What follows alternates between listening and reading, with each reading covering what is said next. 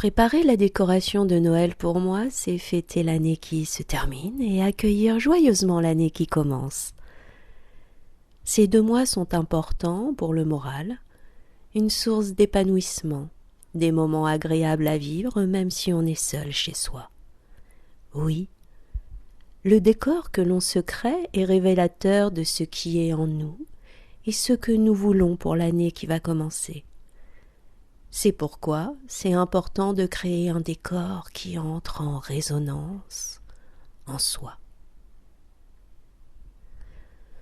Aux alentours des centres commerciaux et quelques commerçants ont fait des décors de Noël, créant ainsi pour leurs clients un environnement gai et chaleureux.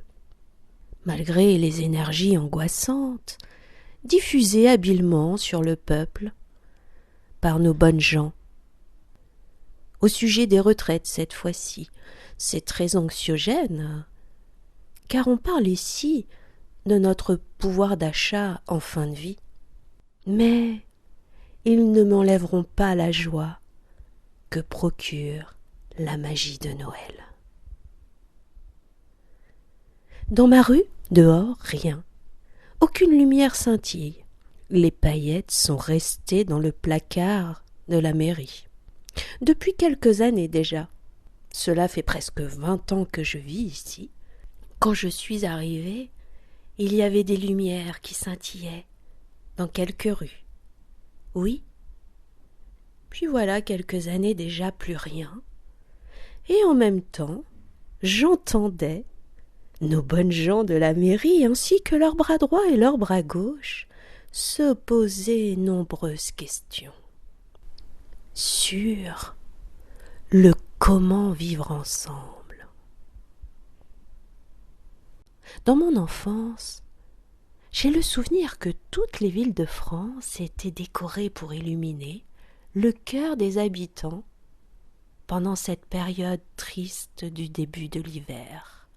Et aucune personne ne m'a emmenée à l'église du village pour la messe de Noël.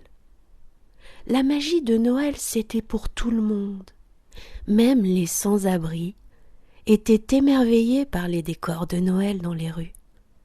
Et ici, les anciens, comme les jeunes vieux comme moi, me disent qu'ils ont connu de grands sapins décorés dans tous les quartiers. Nous avons donc les mêmes souvenirs pendant ces 2 mois d'hiver.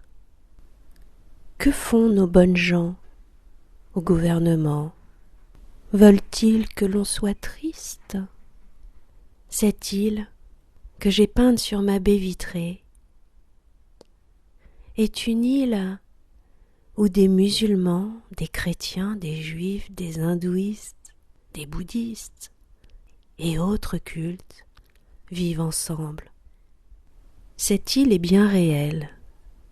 Elle se situe à l'ouest de l'océan Indien. Chaque culture, chaque religion y est représentée par des lieux de culte et chaque fête y est célébrée, partagée et respectée par tous pour le vivre ensemble, pour le bien de tous. Les habitants de cette île ont souvent été les oubliés de la France dans son histoire.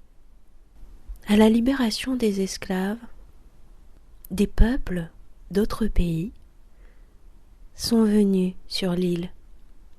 Et tous ces peuples ont su se métisser en gardant toutes les cultures et toutes leurs fêtes. Ils ont su créer ce comment vivre ensemble, ce qui est, du moins semble, une particularité dans le monde entier. Je suis admirative. Ils se sont tous entendus pour garder leur culture, leurs croyances, dans le respect de leurs différences à chacun. C'est beau. C'est si beau. Ils m'ont inspiré un message de paix. C'est que le plus important dans la vie, c'est d'avoir la foi, de respecter les gens, quelle que soit leur culture, leur couleur de peau et leur lieu de naissance.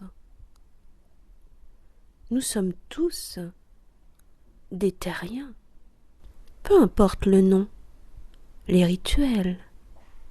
Les prières ont la même essence, le même message. Toutes les religions sur terre ont le respect, l'admiration de ce qui est. Nous donnons des noms, des images, des origines à la fois de ce qui fait que l'on est tous là, ici, maintenant. L'important, c'est d'avoir le respect de ce qui est. La nature, la vie, ce qui a créé le tout sur quoi nous pouvons vivre. Peu importe que l'on ait la foi en telle ou telle culture, de tel ou tel pays d'origine, ou même la foi en la science. L'important, c'est d'avoir la foi que l'on est tous là, ensemble, sur cette terre qui gravite dans notre système solaire, au bord de notre voie lactée, quelque part dans l'univers. Cet univers qui est parfaitement orchestré au point que nos scientifiques peuvent tout calculer. Les scientifiques ont la réputation de ne pas être des croyants, et pourtant, ils se questionnent tous sur le fait qu'il n'y a rien de hasard, rien.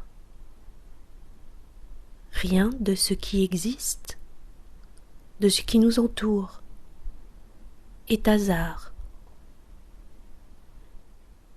Je vous souhaite de joyeuses fêtes de fin d'année, quelles que soient vos croyances. Cette île, c'est l'île de la Réunion, et les Réunionnais n'ont pas compté sur les bonnes gens, dirigeants du monde, pour créer leur cohésion culturelle. C'est à nous tous, de comprendre que nous sommes tous des terriens. Dans toutes les religions du monde, il y a une fête, comme Noël, avec un autre nom, qui a le même but. Un moment où l'on offre le meilleur de nous-mêmes, c'est offrir de l'amour. C'est poser son regard sur les miséreux et faire un geste, un don, ou juste offrir un sourire d'amour. Je vous embrasse et je vous souhaite de joyeuses fêtes de fin d'année.